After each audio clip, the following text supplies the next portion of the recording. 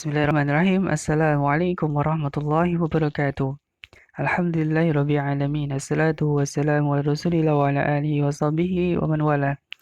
Ikhwani fillah rahimani wa rahimakumullah. Barakallahu fikum. Alhamdulillah, ya dengan izin Allah Ta'ala kita bisa bertemu kembali. Insyaallah kita akan melanjutkan belajar kita bersama. Di pelajaran sirah. Barakallahu fikum, kita akan melanjutkan di pelajaran selanjutnya, yaitu masih di Khulafaur Rasyidin. Sekarang adalah Khalifah Rasyidin yang ketiga, yaitu Utsman bin Affan radhiyallahu anhu. Barakallahu fikum. Bisa kalian buka di buku kalian masing-masing. Di pasal yang ketiga. Yang pertama kita akan belajar tentang biografi singkat dari Khalifah Ar-Rasyid Utsman bin Affan radhiyallahu anhu. Beliau adalah Utsman bin Affan bin Al-As Al-Umawi Al-Qurashi. Ya, ini nama beliau. Kunyahnya atau panggilannya adalah Abu Amr. Beliau lahir di kota Taif 5 tahun setelah kelahiran Nabi SAW. Beliau memiliki gelar Dzun Nurain atau yang memiliki dua cahaya. Sebabnya adalah karena beliau menikahi dua putri Rasul SAW. Yang pertama adalah Ruqayyah, ya. Ini putri Nabi Muhammad SAW yang dinikahkan dengan Utsman bin Affan. Kemudian Ruqayyah ini meninggal karena sakit di Madinah. Kemudian Utsman dinikahkan kembali dengan putri beliau yang lain, yaitu Ummu Kulsum. Sehingga beliau diberi gelar Dzun Nurain. Kemudian beliau adalah termasuk dari sahabat penulis wahyu, ya, penulis dari Al-Quran. Kemudian menjadi yang pertama mengkhususkan gaji bagi muadzin, ya, dari Baitul Mal. Kemudian yang pertama kali membentuk kepolisian. Kemudian yang pertama kali mengumpulkan Al-Quran dengan satu bacaan. Ya, juga yang pertama kali menambah azan di dalam sholat Jumat. Sebabnya apa? Ya, karena masjidnya atau jumlah kaum muslimin itu sudah semakin banyak di zaman Utsman bin Affan, sehingga azan sekali tidak cukup. Ya, mungkin hanya terdengar di masjid saja. Sementara yang di luar masjid tidak dengar, yang di pasar maka tidak dengar, maka ada azan 2 kali, ya. Tujuannya untuk agar kaum muslimin mengetahui bahwasanya akan ditegakkan sholat Jumat. Barakallahu fikum. Kemudian beliau adalah, ya, dari bentuk fisik ada seorang yang rupawan, ya, ada lembut hatinya, kemudian mempunyai janggut yang lebat, berperawakan sedang, ya. Kemudian juga memiliki tulang persendian yang besar, berbahu bidang, rambutnya lebat, dan bentuk mulut yang bagus. Ini dari fisik beliau radhiyallahu anhu. Beliau adalah khalifah yang ketiga yang berkuasa pada tahun 644 sampai dengan 656. Itu merupakan jabatan Khalifah Rasyidin yang paling lama adalah beliau, ya, Utsman bin Affan radhiyallahu anhu.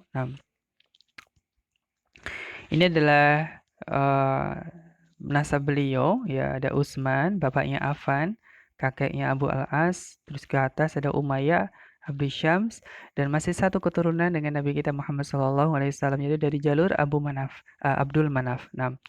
Kemudian kita masuk di perkara penting yang dilakukan oleh Khalifah Utsman bin Affan. Yang pertama adalah kodifikasi Al-Quran atau menyatukan Al-Quran, ya, mengumpulkan dalam satu bacaan. Ini pertama kali dilakukan oleh Khalifah Utsman bin Affan, ya, karena semakin banyak, ya, kaum muslimin yang orang-orang yang masuk Islam, ya, sehingga bacaan Al-Quran itu perlu disatukan agar tidak menjadi tidak rancu dengan ucapan Nabi SAW, agar tidak tercampur dengan hadis, sehingga Al-Quran dikumpulkan, ya, dalam satu bacaan. Kemudian yang kedua adalah merenovasi Masjid Nabawi, ya. Jadi memperluas Masjid Nabawi. Kemudian juga membentuk angkatan laut. Angkatan laut yang pertama adalah dibentuk oleh Khalifah Utsman bin Affan, ya, dengan waktu itu panglima perangnya adalah Muawiyah bin Abi Sufyan. Kemudian perluasan wilayah, ya, menaklukkan wilayah diantaranya sampai ke Azerbaijan dan juga Armenia. Barakallahu fikum, ini adalah di antara tindakan-tindakan penting yang dilakukan oleh Khalifah Utsman bin Affan radhiyallahu anhu. Nah, kemudian selanjutnya akhlak dan wafatnya beliau radhiyallahu anhu. Bahwasanya beliau ya terkenal adalah seorang pribadi yang sangat dermawan, ya, sangat-sangat ya apa ringan tangannya dalam membantu perjuangan kaum muslimin. Karena beliau adalah seorang yang kaya raya, maka tidak tanggung-tanggung beliau menyumbangkan hartanya dalam perjuangan kaum muslimin. Di antaranya adalah dengan membeli sumur rumah, ya, ketika perang melawan musyrikin Quraisy dan juga bersama-sama juga ikut mempersiapkan jaysh ya usroh dalam perang Tabuk. Nah, tidak sedikit yang beliau sumbangkan pada waktu itu. Nah, kemudian di antara sifat yang terkenal dari beliau adalah sifat malu. Ya, Rasulullah SAW pernah bersabda, ya bagi nanti kita akan bahas di belakang.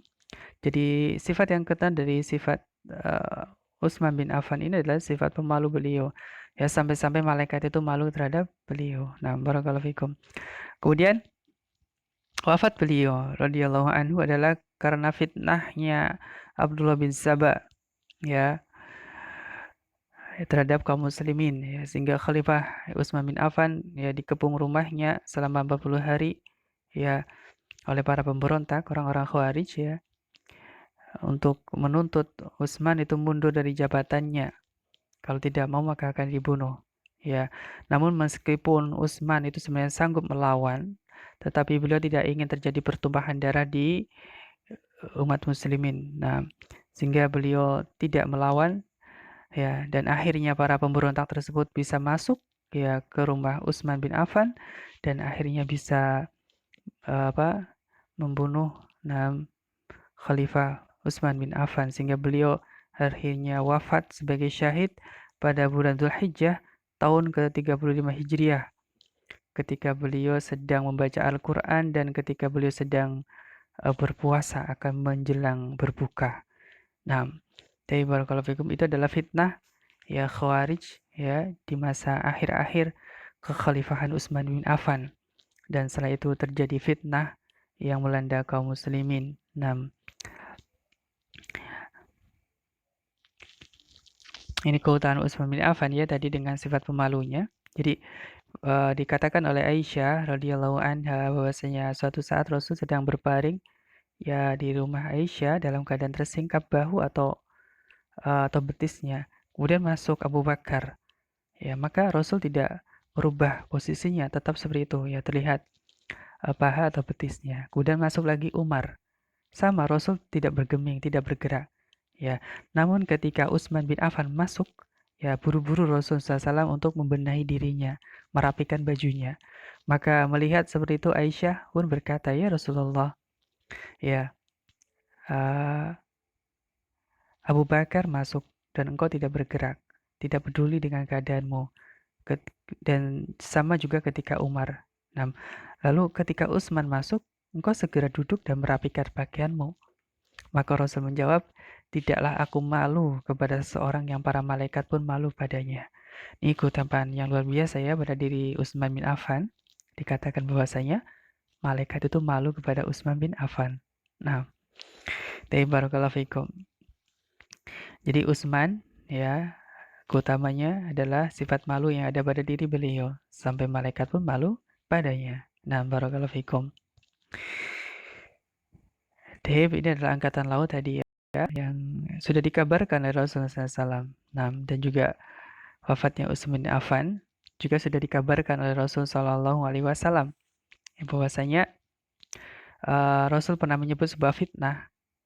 Lalu lewat seorang beliau bersabda pada fitnah itu orang yang tertutup kepalanya ya akan terbunuh.